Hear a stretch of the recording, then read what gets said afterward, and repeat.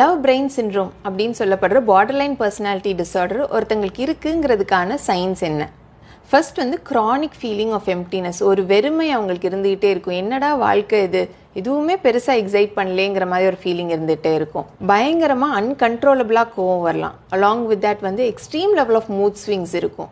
அவங்களோட இமோஷனை ஹேண்டில் பண்ணுறதுக்கு அவங்களுக்கு ஒரு டிஃபிகல்ட்டி இருக்கிறதுனால அவங்களுக்கு வந்து இம்பல்சிவிட்டிங்கிறது ரொம்பவே ஜாஸ்தியாக இருக்கும். கண்மூடித்தனமாக சில விஷயங்கள் பண்ணிடுவாங்க. அது ஸ்பெண்டிங்காக இருக்கட்டும், ரேஷ் டிரைவிங்காக இருக்கட்டும், இல்லாட்டி வந்து ட்ரக் யூஸாக இருக்கட்டும். யோசிக்காமல் டக்குன்னு ஏதாவது ஒரு பண்ணிவிட்டு அதுக்கப்புறம் ரெக்ரெட் பண்ணுற மாதிரி நிறைய விஷயம் அவங்க பண்ணுவாங்க.